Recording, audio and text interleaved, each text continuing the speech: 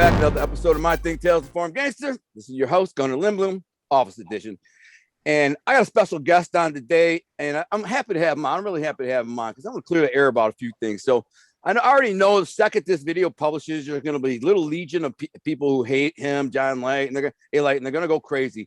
First of all, one of the reasons I'm having him on is for him to tell me his story because I don't know it. I know nothing about it. Second of all, I want to clear the air about a few things, okay? What it takes to be a gangster and how a gangster behaves and then the psychology behind it and why they behave that way, which we're not gangsters anymore, but we were. And in the life where we come from, we did stuff that really is, gangster as it gets. We're not proud of it. We're not proud of the things that we did, the people we hurt, living that life. Both of us are changed. But we'd like for people to try and understand the mindset and what brought us to that point. And he has a lot to say. He's super articulate. And before anyone attacks me for even having him on, please, by all means, shut the F up. The guy's been a total gentleman with me. He's been respectful to me from the first moment I've talked to him. I'm going to allow him to tell his story. I'm going to try to dig into the story a little bit. And then we're going to talk about the psychology of it and how it comes like. And also, the fact that he's not Italian really didn't change the fact that his gangster card, you know what I'm saying? Same, I was half Sicilian. And I'll to be honest, a lot of people think I'm full of crap. Now, I knew a lot of freaking wise guys. That's all I ever knew growing up. And I know a lot of Italian guys. Most of them are soft compared to me. Frankly, they were soft. And they'll probably listen to this. But they know that. The ones who know me, they're like, listen, Alonzo was a freaking nutcase out there. He was the lunatic. And that's why when I walked into the room, they all got nervous. Because they were hustling, they were grinding, they were involved in the rackets, they were involved in our thing, the whole thing. But they call me Pazzu for a reason. There's a reason because I was crazy. And I had a chip on my shoulder and something to prove. And so did John. And that's what we're going to get into. So thanks for coming on, John. Appreciate you, bro. Thank you. So I'll add on to your monologue at the beginning. For the people that are questioning what I am or who I am, I've said it 100 times. Go read Forbes magazine. For the guys that are the haters or jealous or envious, or the guys that can't be man enough and they troll on these machines, it'll cost you, I think, about $6 or $8. I'm not sure what. On my Patreon, there's a 30-minute interview with Sammy Gravano. First interview we ever did by audio when he got out of jail after 18 years. So go get his perspective of what he said about me when he first came home. And he rambles on for about 30 minutes talking about me. So that's not me talking. That was the time Underboss talking about me and how I was, what he thought about me, talked about me being a killer for the family, talked about me being an enforcer for the Gambino family and the Gottis. And he puts it in his perspective. So the people that want to question that or go listen to Anthony Ruggiano, whose father was the boss. I grew up on the laps of his father. He already did interviews about this since I'm 3 years old. And he already stated to everybody 100 times, and we'll reiterate what he said. My father said, Johnny, yeah, it's a killer. So I'm no longer a killer. I was a killer. I was involved on the street. I was an enforcer. And for the people that want to play these hate games, I also put videos out. The people said I was never at John Gotti's house. I put those out. Videos at the club, I put those out. Videos at the Ravenite with John Gotti Sr., I just put those out. Videos picking them up from court, Vanity Fair, pictures with me and Bobby Borriello, pictures with me and Bobby Borriello's brother, pictures of me and Pete Gotti. I don't know what else I can do for you dummies that are questioning who I was or what I was, but I think usually guys that are questioning that are just trolls, guys that aren't about anything because real men don't type. And I said this several times in the last couple of weeks, Gunnar. I says, people that never went to school, got a third grade education, I don't think they ever missed typing class. They're straight A typists. So for those gangsters that are on a computer typing, check your fingers, stop typing, be a man, act like a man, and stop this nonsense. That's it. Yeah, I mean, I've noticed, because I get my share of haters too, and it's almost like, do they derive? I don't know. I don't have the hate gene. Never had it. You see what I'm saying? I don't hate on anyone. I wish everybody the best, even my enemies. I mean, whatever, like you do. But do they derive some kind of satisfaction from keyboard gangster and hate? And then again, some might have reason not to like you and don't. Whatever the case is, you're not going to accomplish anything like this. You just look like a jerk off. So anyway. Well, the fans that are watching, or let's call them fans, or we call them haters, and some of them are supporters. So for the gentlemen that are supporters, obviously they know they're good guys and they're just listening. Mm-hmm. But the guys that are trying to pretend they're gangsters, they obviously know nothing about the street, or they wouldn't be on here listening, because they're interested in finding out. For the people that don't like me, don't listen. So I'm not asking or advocating, but I feel like I'm the Donald Trump of the mob now. So you got everybody that with the fake news and everybody trying to hate and jealousy, and I shoot them all down. I mean, they're all behind that keyboard. And, there's guys that watch every show I do, but yet they talk shit. Hey. So what are you watching for? Yeah. So if you don't like what I got to say, and you don't believe what Sammy Gambino said on the audio, or if you don't believe what Anthony Ruggiano said, whose father was the boss with Albert Anastasia, if you don't believe Forbes magazine, it's all the prosecutors and the FBI that convicted me, charged me, and went after me for all these shootings and crimes, then I don't know what to tell you anymore. I don't know what you don't believe. You don't believe the videos that you see or the photos you see. I don't really know what else you're doing besides hating. Then I guess go home and get a hug from your mother. Like I always say, because I call them snowflakes. I said, these guys are just, the new generation of tough guy on computers. And, the people that are out there always challenging me. You had almost 58 years I am to be a tough guy with me. Nobody was. So those guys that are behind a computer keyboard being a tough guy, you guys don't even understand a little bit about, doing what we used to do. Gunner, you know that. And these guys are guys that never were about it, or they wouldn't act like that. My enemies, I know who they are, and I respect them. I say it all the time. The guys that were really dangerous guys, I give them the credit for being on the street, doing what they did. They're the real guys. These guys, I'll never give them any kind of satisfaction or any props for acting like little kids, man. They act like children. I've never seen anything like it. And there's kids watching us. So they're setting an example, and it's okay to be a punk and a troll. And so they should be ashamed of themselves just for that. Yeah, these guys, I mean, again, you have this various sets here that'll follow. Some are just, like you said, interested in the stories, interested in the characters, interested in the mob. That's cool. They'll watch, they'll listen, maybe add a comment or two. It's the ones that attack with vehemence. Like they are so angry at you or me for just, coming on here. If you think it's a lie, that's fine. It's your opinion. Again, he can't, if he's trying to put it out there so he can prove what he's saying, he can't do anything more. And the thing is, like with me, they'll attack me. Why would you hate me? You've been on Valuetainment when you sat across from Patrick David. He interviewed you. Did all these people attack him afterwards and say, you have him on? Listen, this guy, I'm giving John a chance to tell his story, clear the air. I want to learn about his story because I don't know. A lot of people have said, what do you think of Alite? All I heard was a couple things from writers. I don't know. And I say, that's what I don't know. So I want to hear it.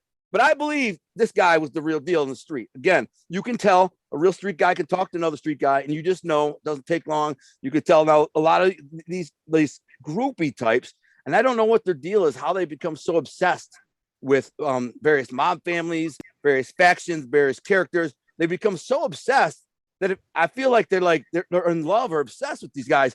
They get angry and they just want to attack. It's like, it's silly. You're on a keyboard. You're on YouTube commenting. Just save it. You don't have to attack me. You don't have to attack him. You don't have to like him. Whatever. If you have some kind of evidence, can try to establish he's wrong, get a video, make a video, have a YouTube channel, and let's see what happens. Put it out there.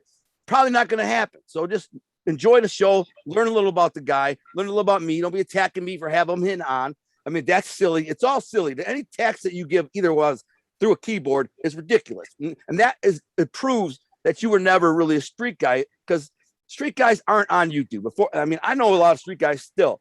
And man, they might come on here if I mention a story that involves them or the family just to watch it. They won't say a word.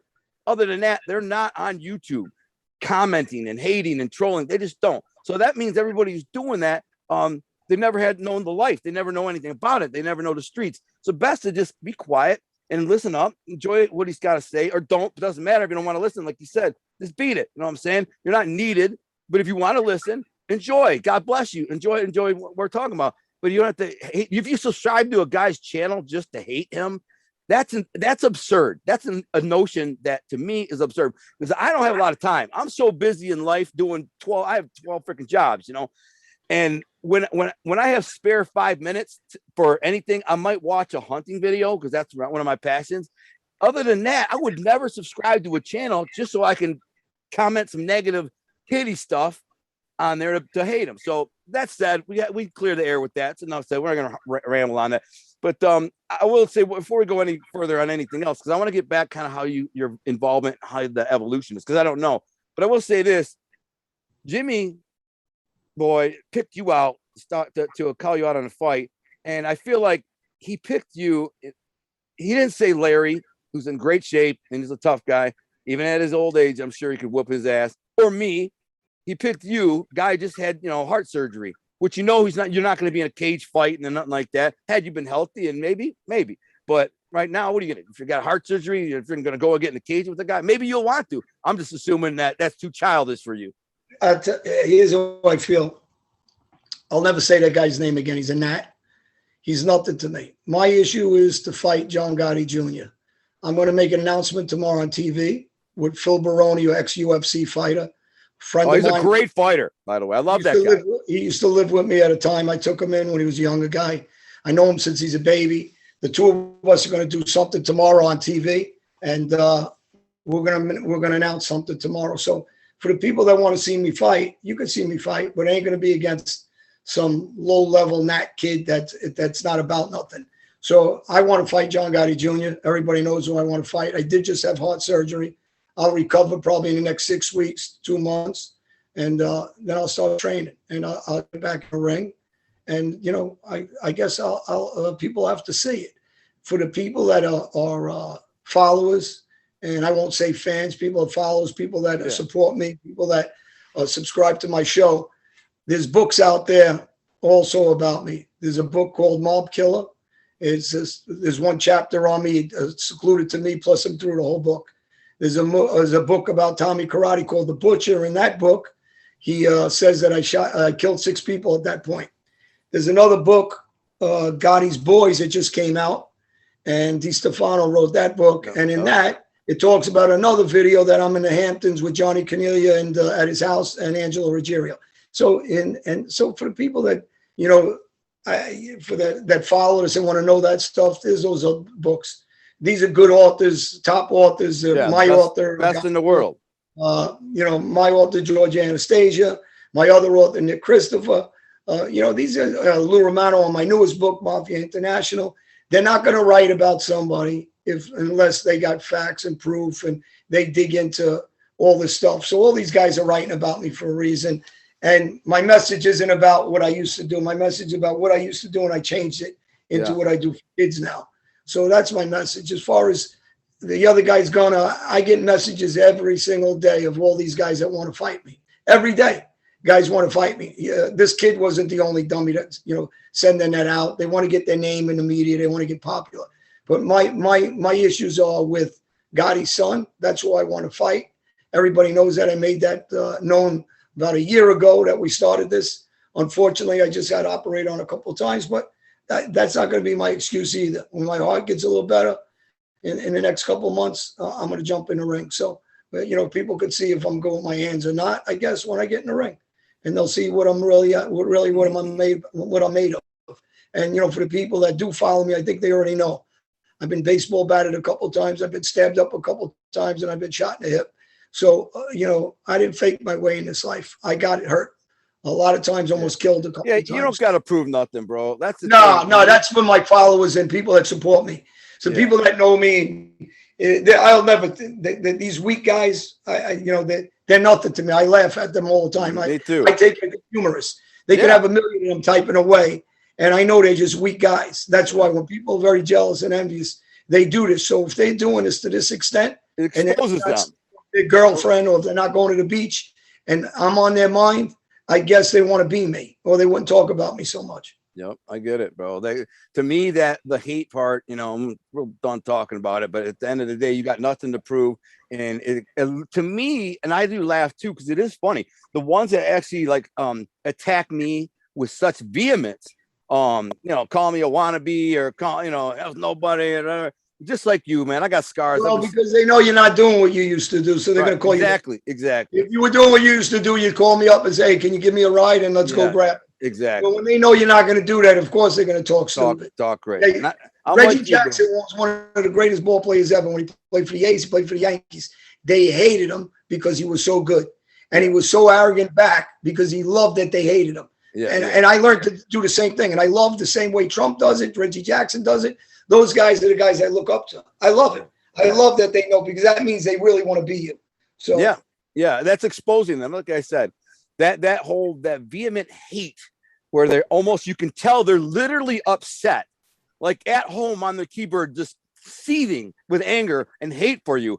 I look at that and I'm just like, bro, you're a loser. Like, you got no freaking life. This is not that serious, man. You're a freaking loser. Like you said, I've been shot 2 times, both legs. I've been stabbed 3 times. I've been hit in the head with a bat. I've showed the scars. I've handled. So you can't say I'm a wannabe. I did 13 years in prison, never flipped. Everybody knows my lineage. My mother was Grace Toko. The boss was Jack Toko. So it's not like I have anything to prove either, but it sounds absurd and ridiculous when people attack me and say it is. So I understand where you're coming from. And I know you get a lot more than me. You get a lot more than me. And again, you get these people, I don't know if they're jealous or they're mentally ill. I think a lot of them are mentally ill. Anybody who would get upset about a guy like that, it's absurd, man. You need to go get medication. You know, get a life, go outside, go fishing, go ride a 4-wheeler, go travel, do something, man. But sitting here going, I hate this guy. You're nothing. You're a piece of it. You're fake. You lie. But shut the F up. Go get a life. So, you know, that's all we got to say in that. But I want to ask you some questions, because I don't know.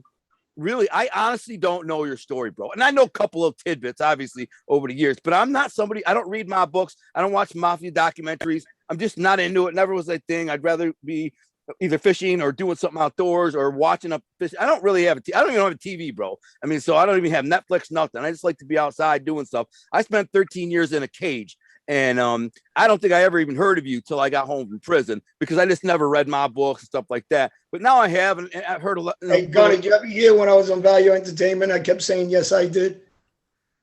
No. Yes, I did. Okay, so I was on Value Entertainment. He asked me some questions, and I said, yes, I did. So I'll do it for them again for someone, but I'll just do a short list real quick. Mike Lavigny testified against me.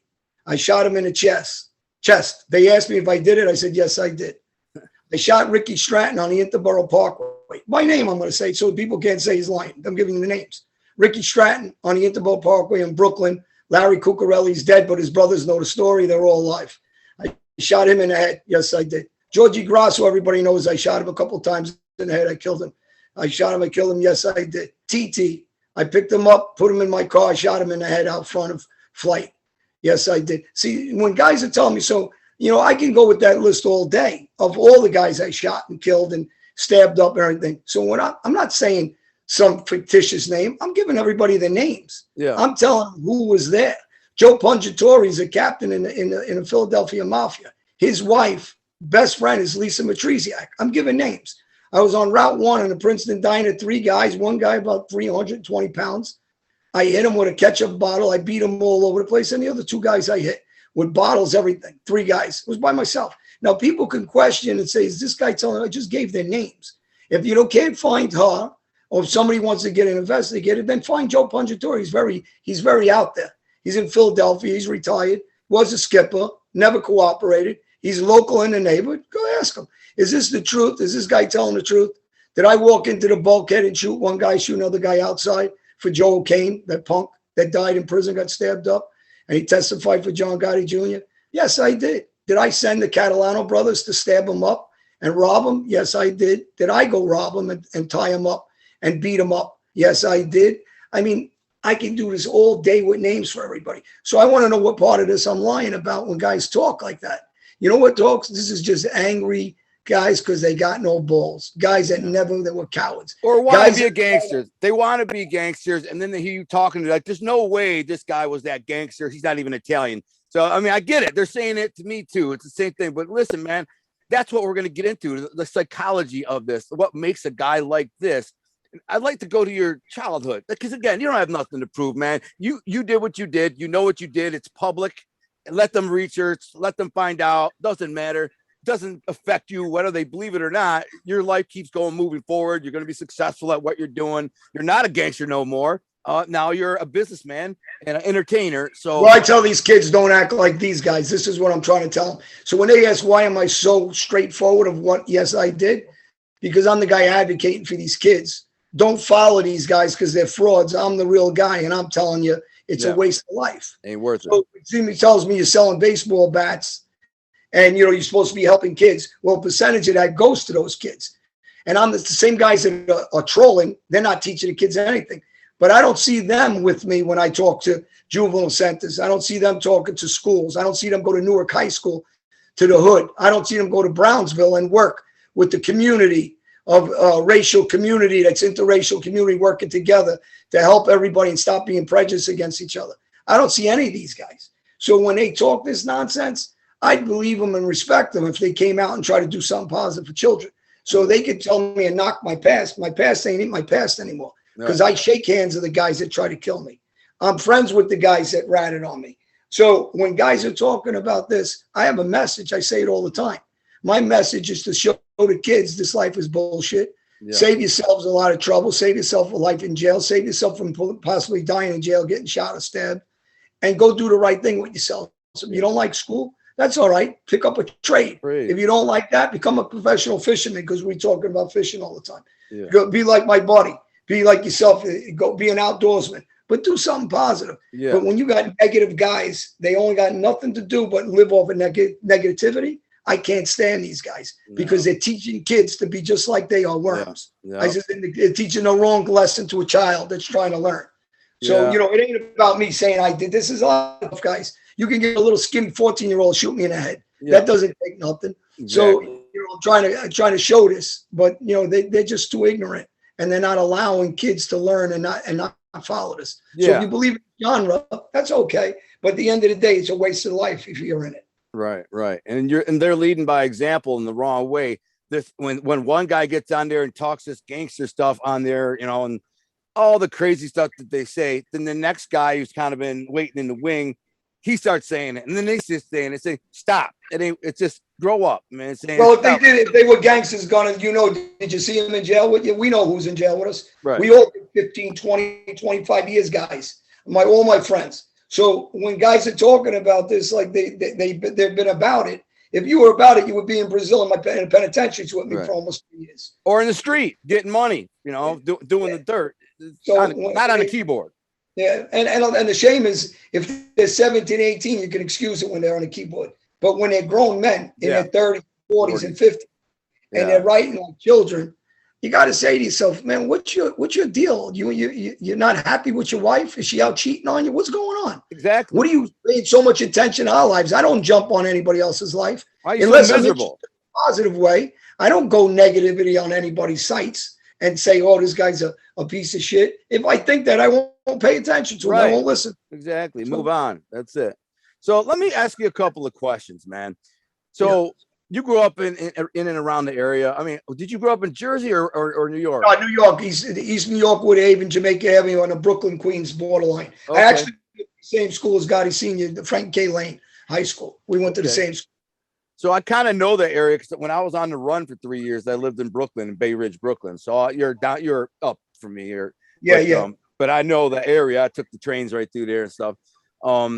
So coming up, you're Albanian, but obviously you had a bunch of friends, Dago friends, Italian friends around. Like, at what age did you start to? Look, I can already predict with you because you were probably like me. You were in trouble as a kid, fighting. Everything you could do wrong. Get out of school. I'm sure. Were you like that? Yeah, all that. Yeah. Just like me. So my father grew up in Lower East Side Manhattan with Vito Genovese, actually, and Lucky Luciano's cousin was Charlie Luciano, made guy in the Gambino family, that was from the Jersey side. My father had a bar, Lodi. He went partners with Blackie, Lucky Luciano, his name also Charlie Luciano. So he grew up with my father. And guys like Al Greco grew up with my father.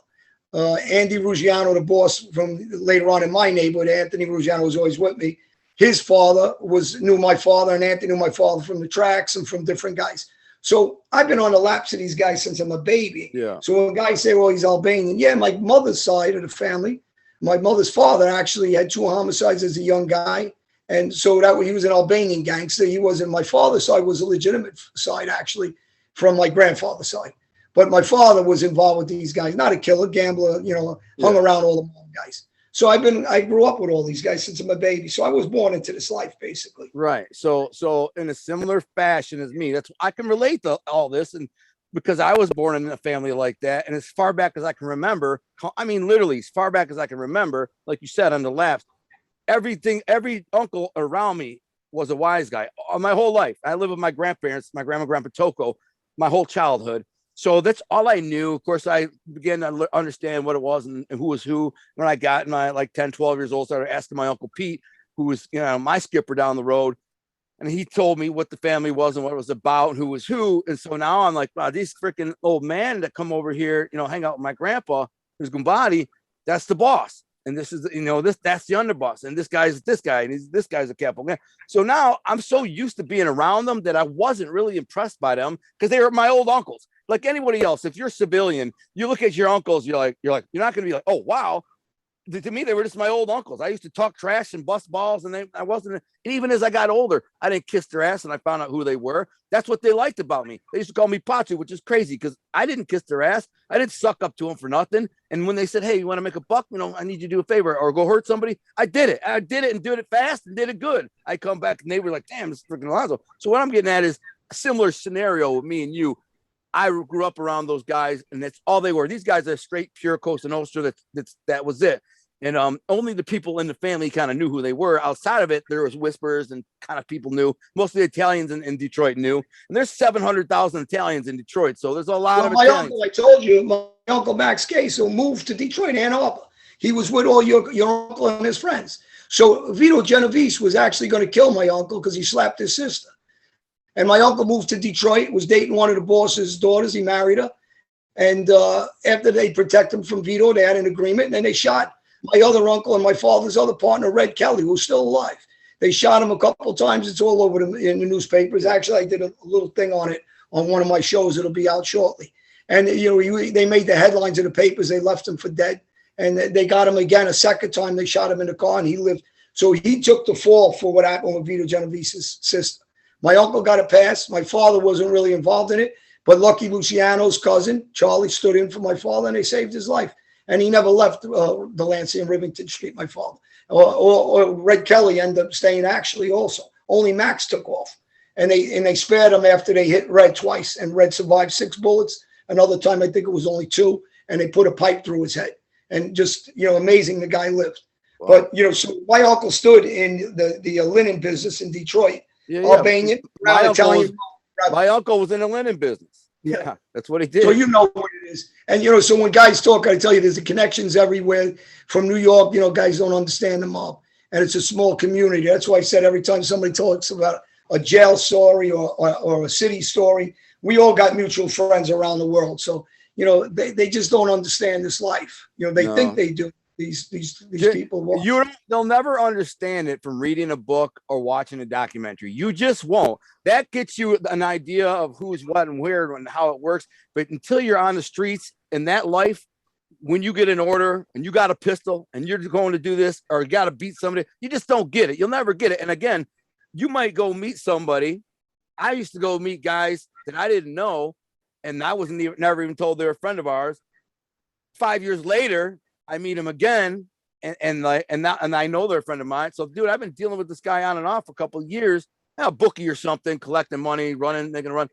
And turns out this guy's a made dude that I've been dealing with. That's how secretive and quiet it is. They're not running around going, "Yo, I'm a made dude." They're just kind of whatever. So, anyways, to get back to you, let me ask you a question because you have so much story I'd love to know. I got to condense it, but so around what age did you kind of start phasing into, crime? Like, how did you get pulled into that organized crime? I come from a mixed neighborhood. It was Spanish on one end towards the Brooklyn side. It was very Irish on another side.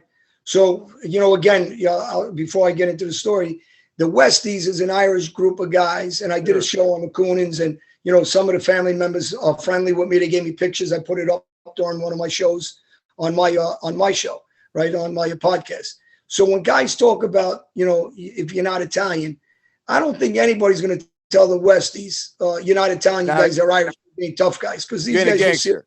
Right. So, when I talk about Red Kelly, or I'm talking about guys like Jimmy Burke, I mean, the idiots that say, well, he ain't Italian, he don't know, he didn't sit down with them. He ain't a gangster. Yeah, he ain't gangsters. Half the work that was done around the city were by the Westies for the Italian mob. Yeah. So, you know, they have no idea what they're talking about when it was Joe Watts, who's German. So, you know, the thing that people got to understand on the street is any nationality understands one thing with respect, that's violence and money. Exactly. And that's what I want to get at. Things, you're sitting with anybody. But going back to when I started about 14, and I come from a rough neighborhood. Most of my friends were serious gangsters and killers at a young age. I wasn't. And I've said this on other interviews for the people who don't hear. I was the last of all my friends that were killers, actually. So, you know, I slow walk. These guys were running to the spot at 12, 13, and 14 years old. They were already doing armed robberies at 12 years old. They were already doing stick-ups. You know, these guys were already killing at 14 and 15 years old. I wasn't. I was a guy at 14 that was running numbers, and I was running paperwork, and I was running sports for different wise guys, actually for the Lucchese family. So when guys ask that story, no, I wasn't a tough guy when all my friends were tough guys. A lot of my friends at a younger age, they got killed early, like Mikey Merlo I talked about, or my good friend Billy Estrema, or, you know, the different guys that grew up with us, or Kevin Pittman, or Dennis Pittman later on in life. You know, we all, you know, listen, my whole crew of guys, and I'm talking about dozens of them got killed. So when these fakers are writing, yeah, it's insulting because all my friends' memories, they're all dead. And I listed that name also. I listed names of my friends, and dozens of them, like my cousin Patsy, that was shot in the head twice at 25 years old. So when guys are talking, you know, they got to understand how vicious our world was in the 80s, the late 70s, 80s, or 90s. My friends were killing in the 70s. I wasn't. But my friends already were. They were already going to juvenile jails. They were going to prison for murder.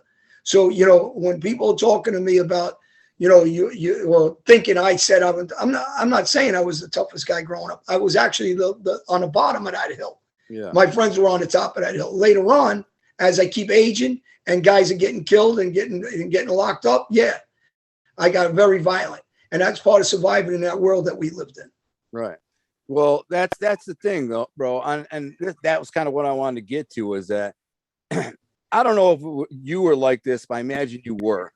I know me personally, because I wasn't pure Sicilian, and I had all these cousins and uncles, and everybody was. I know a lot of it was in my mind, but I felt like they looked down their nose at me because I wasn't pure Sicilian. The boss himself, the way he'd look at me, but he did that to everybody. But in my mind, the way he'd look at me was like, because they didn't like my dad. So my dad was not liked by anyone in the family. My parents divorced when I was 4.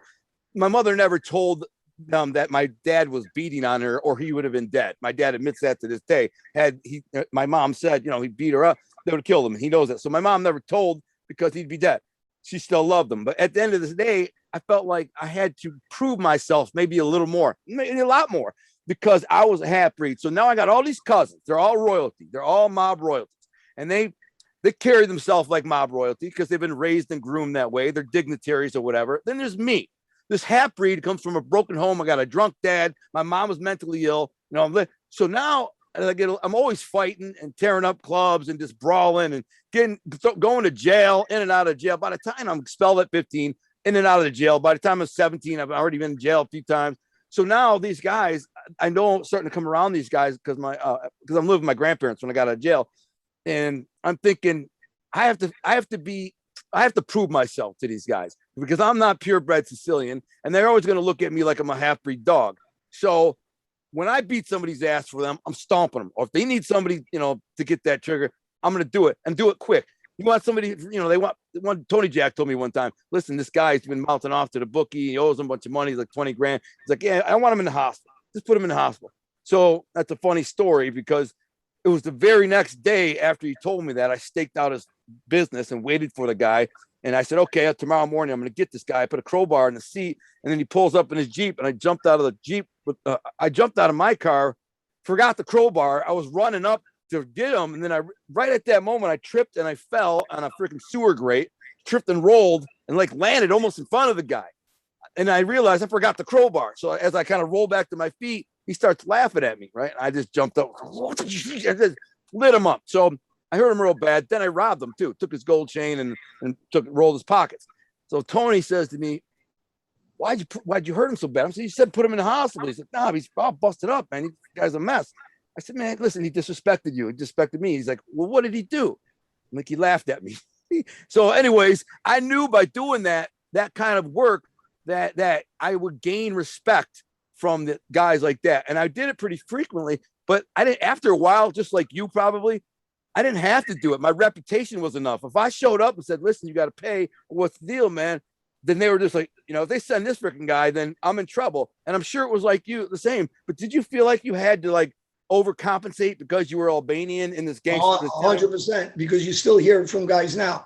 So, we're never going to lose that, I don't think, unless it's guys that know us in the mob world or the street world, because they really know who's who. Exactly. Yep. Get the dummies they don't know, and they always become the next victim.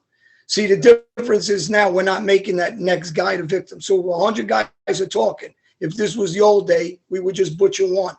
Yeah, and then the rest all of a sudden go silent. Yeah, exactly. So we're not doing that. So they're going to keep talking now. So we understand it. I mean, I grew up the same thing. My kids, both my sons, their uncles on the mother's side were all skippers with the West Side. 2 uncles. The other uncle did 20-something years. So, these guys were all gangsters in their right with an opposite family, with the Genovese family. So when I was around all these crews, everybody's straightened out. Everybody's a made guy for the most part. They all grew up with me. And we had to show a different side. We had to be that violent guy and that capable guy. And we learned how to maneuver the street, not just with violence, but with intelligence also. Yeah. Because that eventually comes to schooling from the street where you're intelligent. Because you got a lot of dummies that are on the street. They, anybody could go hurt somebody, but they're not going to last the next day. They get killed. So, when people are talking, there's something that just came out and somebody just sent it to me again. Ronnie One is a captain in the Gambino family. He did an opening statement for the people that don't know in his own voice. And he said, I'm a captain of the Gambino family. Johnny Alite is the Gotti's drug partner, not me. Johnny Alite is a loose cannon and a rogue. Johnny Alite will kill me like everybody else if I'm not friendly to him. That's a captain in the Gambino family that made that statement. I didn't make it. So the reason why they make that statement, like is because these guys fear us because we don't talk. We get very violent because we're making up for the other part of us that ain't Italian. Right. So I'm used to hearing all these guys got straightened out, but we know them since they're kids, or we know a lot of older guys, and we know they're not about anything. When a guy like Mikey Scar is a captain in the Gambino family, John Jr.'s right-hand man, he says, also cooperated, and his 302s is the same thing. Johnny Alite is with us on everything. Johnny Alite was at all the jury tampering for Gotti Sr. Now, that ain't me saying it. He said it. It's in his 302s. Yeah. So he's saying Johnny Alite was there when we were supposed to kill Curtis Lewa, who's running for mayor, by the way, for people that don't know. I like the guy. I did 3 shows with him. And I refused to get involved to kill a guy that's a journalist. And the guy, Mikey Scars, who was a captain of the Gambino family, he said that. I didn't say it. It's his 302s. So people are going to tell me John Gotti's guys are all lying. The guys that are saying these things and they're skippers. Right. Why would they? So why would they lie? Why are they putting me under the bus? Why are they saying I'm this killer, this rogue, this loose cannon? And if they're not nice to me, I'm going to kill them too. So when these people are talking, how much can we really teach them about the life? What you just said, you did it. You said it. You hit it spot on. Me and you were the guys that nobody wanted to see. And there's a lot of me and yous in different groups. Oh yeah. Like I said. Or I recently been talking about young guys that grew up with me. They actually grew up with me before anybody else, the young guns. Guys like Eddie Recca. These kids were wild guys. Kevin Gentile was doing life.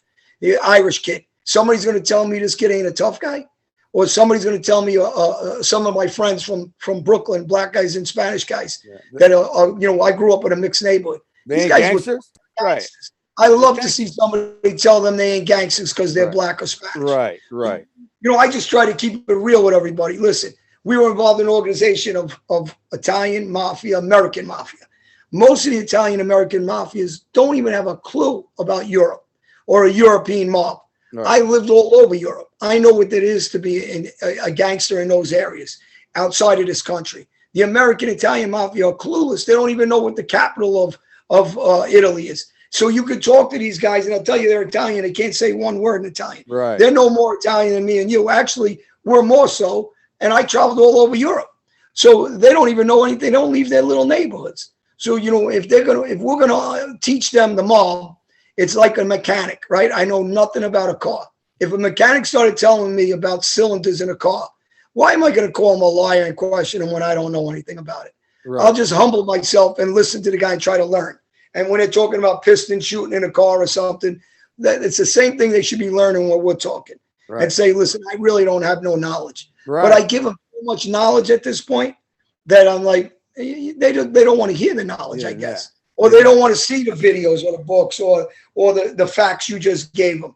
But me and you, when we go somewhere, we're not really talkers. You already know our personalities. And the guys that are talking, trust me, and you know this better than anybody. It would take us 1 minute to butcher them again, and you'll see them all scatter and never talk again. Oh, but, we're not doing that, and I'm not trying to do that because I'm trying to tell kids there is another way to do this. So the guys that are needling at me, they want to see me react the way I used to. And they want to put me in jail. I get it. I know what's going on.